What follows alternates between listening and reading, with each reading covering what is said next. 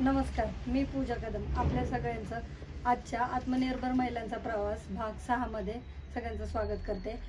आजच्या या प्रवासात आपण अशा व्यक्तीची भेट घेणार आहोत ज्यांनी स्वतः तर विश्व निर्माण केलंच तर त्याचबरोबरीला अनेक महिलांनाही सहाय्य केलं आणि त्यांना उभारण्याचं सामर्थ्य दिलं. तर आज आपण भेट घेणार आहोत वनिता किरवे मॅडम यांची, ज्यांनी स्वतः एक वेगळा आत्मनिर्भरतेचा संदेश देऊन महिलांना उभं करण्याचं सामर्थ्य निर्माण केलेलं आहे. तर वनिता मॅडम कडून त्यांचा प्रवास जाणून घेऊयात. नमस्ते, मी वनिता किरवे, सामाजिक संस्थेची मी अध्यक्ष आहे. आणि मी आता हँडमेड, माझे सगळे प्रोडक्ट हँडमेडचे आहेत. प्लस हँडमेडच्या प्रोडक्टला समोरच्यांना खूप वाव येतो, त्याच्यामुळे मी हे क्लासेस पण घेते. कारण की प्रत्येक लेडीजला आणि महिलांना खूप आवड निर्माण होती माझ्या ह्या हँडमेडच्या प्रोडक्टला. 19+ आपले क्लासेस आहेत.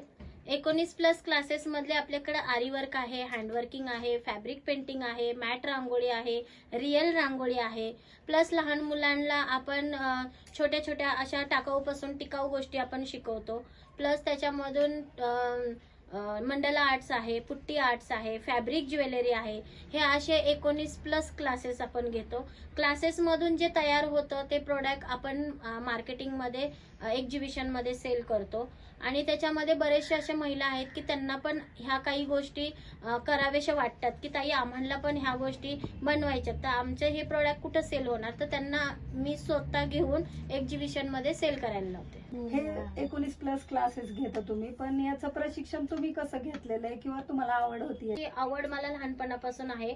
लहानपणापासून म्हटलं तर ना, काही अशी वस्तू दिसली ना तरी मला असं वाटतं की त्याच्यामध्ये काहीतरी बनवावं, हे करावं ते करावं.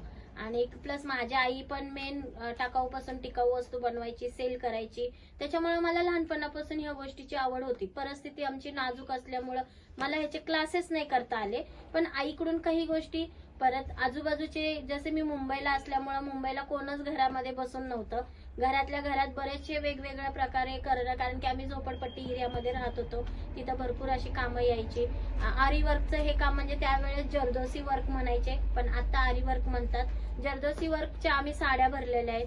तसं म्हणायला गेलं तर 5 वर्षाची असल्यापासून मला ह्या गोष्टीची आवड आहे. आणि ही कला तेव्हापासून मला असं वाटलं नव्हतं की ही कला परत रिपीट होईल, पण ही रिपीट झाली. आणि माझ्यासाठी तर बेस्ट, कारण की माझं शिक्षण नसल्यामुळे मी जास्त करून घरातल्या ह्या कोणत्या गोष्टीतून काय बनवता येईल, कसं बनवता येईल, विणकाम कसं करायचं, हे लहानपणापासून आवड होती. आणि आई आम्हाला कधी अशी बाहेर जायला द्यायची नाही, तर मग घरातल्या घरात काय करता येईल, त्याच्यामुळे ही आवड निर्माण झाली माझी. म्हणजे घरातूनच याचा पाया होता, त्याच्यामुळे तुम्हाला याची आवड होती आणि त्याच्यातच तुम्ही. आणि कधी असं रिकामं बसलेच नाहीये, काहीतरी काहीतरी करायला आवडच असायची. आणि मेन ज्या शोभेच्या वस्तू असतात जास्त आकर्षण असेल, त्याच्यामुळे हेच केलं.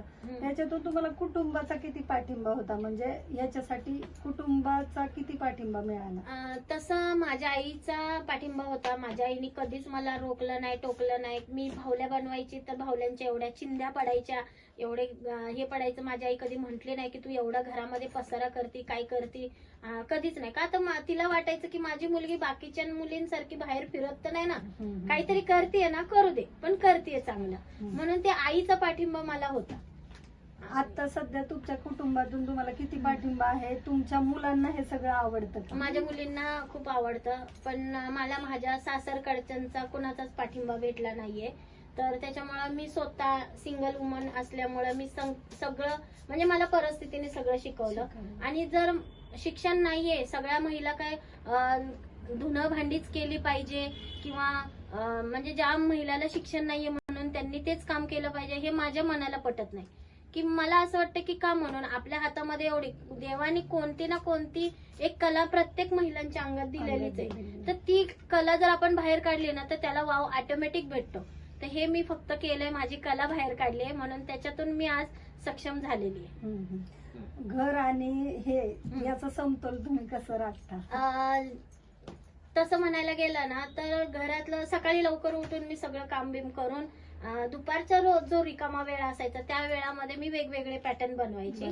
आणि ते वेगवेगळे पॅटर्न बनवल्याच्या नंतर ना ते बाकीच्यांना लय आवडायचं की ताई आम्हाला हे शिकायचं, म्हणजे कसं तुम्ही करता, आणि त्याच्यातून म्हणजे आम्हाला पण करायला शिकवा ना. म्हणून त्याच्यातून हे शिकवण्याची आवड क्लासेस आहे. हा म्हणून. मग पोरी म्हणते तुम्ही शिकवलं ना त्याचे काय तुम्हाला 2 पैसे घ्यायचे घ्या. तर माझं घर त्याच्यावरच चाललेलं आहे, क्लासेसवरच चाललेलं आहे, कारण की मला सपोर्ट हा कोणाचाच नाहीये. त्याच्यामुळं माझं आता तर त्याच्यावरच चाललंय. आतापर्यंत किती महिलांनी तुमच्याकडे क्लासेस केलेले? तसं म्हणायला गेलं तर माझे झाले 2-3 हजार महिला झालेले शिकून. माझ्याकडे त्यांचे रिपोर्ट पण आहेत. म्हणजे तुम्ही फॉर्म पण सर्टिफिकेट भरलेले. प्रोव्हाइड हो करता? हो. ओके. सर्टिफिकेट माझी संस्थेला म्हणजे कसं आहे, आता 1.5 वर्ष झालेले आहे. संस्था रजिस्टर मी का केली, कारण की महिलांना एक ठोम सर्टिफिकेट भेटावं. तुमची आणि plus- सामाजिक हा, संस्था आहे. सामाजिक संस्थेला मी रजिस्टर, मला अशाच एका ताईंनी सांगितलं की ताई तू जर संस्थेला जर संस्था जर ओपन केलीस तर तुझ्या ह्या संस्थेला खूप वाव येईल, तर तू ट्राय कर. मला संस्थेचं काहीच नॉलेज नव्हतं. हा, तर मग त्यांनी केलं, त्यांनी पण पाठिंबा दिला आणि त्याच्यामुळे माझी आता सामाजिक संस्था खूप चांगली चाललेली आहे. तुमच्या या संस्थेच्या माध्यमातून तुम्ही कोणकोणत्या, म्हणजे पूर्ण महाराष्ट्रभर क्लासेस हो घेता? हो. माझ्या संस्थेच्या रजिस्टर मध्ये म्हणजे ऑलरेडी लिहिलेलं आहे आणि संस्थेचं मी आता हे केलेलं आहे, रजिस्टर केलेलं आहे. तर त्याच्यात मी ऑलरेडी महाराष्ट्रात तुम्ही कुठेही क्लासेसला बोलवा, मी सगळे क्लासेस मी अवेलेबल करते मटेरियल सहित प्रत्येक महिलांना. कारण की आता काय झालेलं आहे, क्लासेस हे सामान्य लेडीज पर्यंत जात नाहीये. जे ज्यांच्याकडे पैसा आहे त्यांच्याकडे हे क्लासेस अवेलेबल होत आहेत, आणि ज्यांच्याकडे नाही, मी ग्रामीण भागामध्ये पण जाते, आदिवासी लोकांच्या इथं पण जाते. कारण की मी सिंगल आहे, मला बोलणारं कोण नसल्यामुळे मी हे क्लासेस कुठेही अवेलेबल करते. सुरुवातीला प्रतिसाद कसा होता तुमच्या ह्या सगळ्या क्लासेसला? म्हणजे किती महिलांपासून तुम्ही सुरुवात केली? पहिल्यांदा माझ्याकडे 10 मुली जमा झाल्या. पहिल्यांदा 5 होत्या. 5 मधून त्याच 5 जणींनी, बऱ्याचशा मुलींनी सांगितलं की ताई खूप छान शिकवतात, तुम्ही जा. तर 5 मुलींपासून माझ्याकडे सुरुवात झालेली आहे. आणि मग आता प्रवास खूप लांब आता खूप लांबचा आहे. संस्थेचं नाव काय तुमच्या आणि त्याचं उद्दिष्ट काय आहे तुमच्या संस्थेचं? मी पहिलं तर माझं पार्लरचं नाव होतं सौंदर्य स्पर्श ब्युटी पार्लर. कारण की पार्लर हे माझं लहानपणापासून एक आवडतं छंद होता आणि तो मी पूर्ण केला. माझं शिक्षण नसताना पण पार्लरचा पूर्ण डिप्लोमा केला आणि डिप्लोमा झाल्याच्या नंतर मी पार्लर उघडलं. पण असं आहे की सगळीकडेच पार्लर झाले, पार्लरमध्ये येणाऱ्या सगळ्या लेडीज असतात, मुली असतात, तर त्यांच्या विक्रीत आपण हे क्लासेस का नाही करायचे, म्हणून पार्लर बरोबर हे. पण मी नाव काय दिलं, सौंदर्य स्पर्श ब्युटी पार्लर होतं.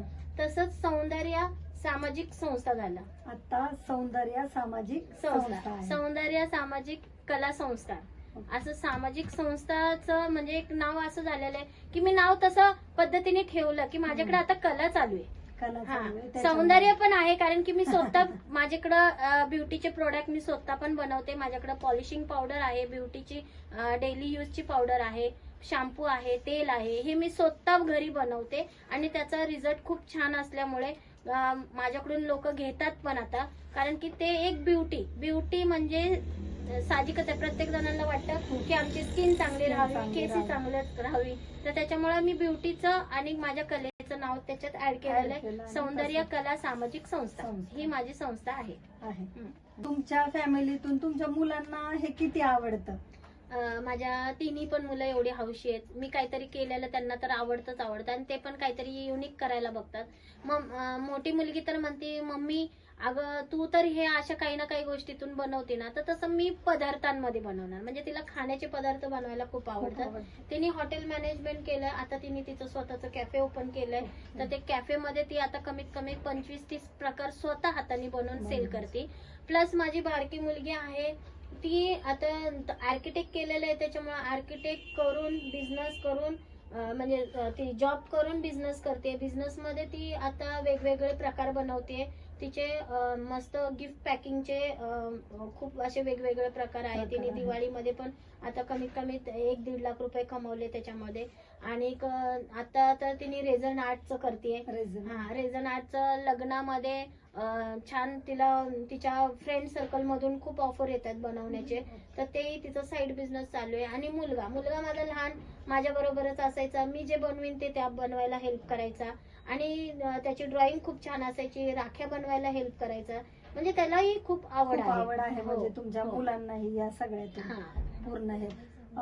तुम्हाला याच्या माध्यमातून भरपूर आवडही मिळाली असतील. आवड तर मग भेटले. कोणत्या कोणत्या संस्थेकडून तसं वगैरे? म्हणायला गेलं तर मला आवड सिद्धिविनायक कॉलेजमध्ये पण भेटलेले रेणुका स्वरूपच्या शाळेमध्ये, कारण की रेणुका स्वरूप शाळेमध्ये मुलींना मी क्लास घेतला तर त्यांच्या क्लासेसमध्ये एवढे छान मुली आता उभ्या पण राहिल्या, तर त्यांच्याकडून मला एक छान हे पण भेटलं, आवड भेटलं. प्लस सामाजिक संस्थेमुळे बरेचशी लोकांना बरेचसे लोकं आता आता ओळखतात बोलवतात तुम्हाला. मला कार्यक्रमाला, परत गाण्याच्या कार्यक्रमाला. म्हणजे असे कमीत कमीत मला 150-200 आवड आहेत माझ्याकडे. हो. म्हणजे छानच एकदम. आम्ही जो आत्मनिर्भर महिलांचा प्रवास ही जी मालिका करतो याच्याबद्दल तुमचं काय मत आहे?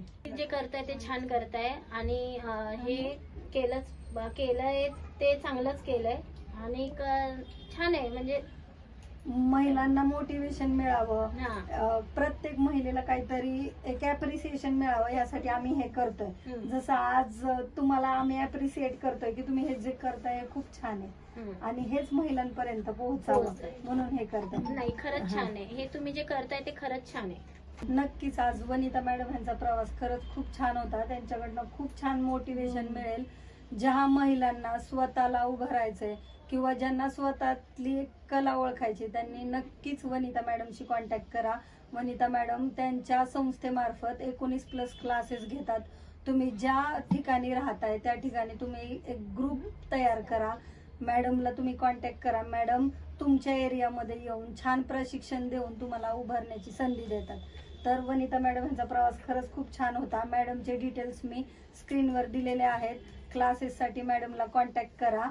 आजचा व्हिडिओ जर तुम्हाला आवडला असेल तर व्हिडिओला लाईक करा, शेअर करा आणि आपल्या चॅनलला सबस्क्राईब करायला विसरू नका. धन्यवाद. थँक्यू.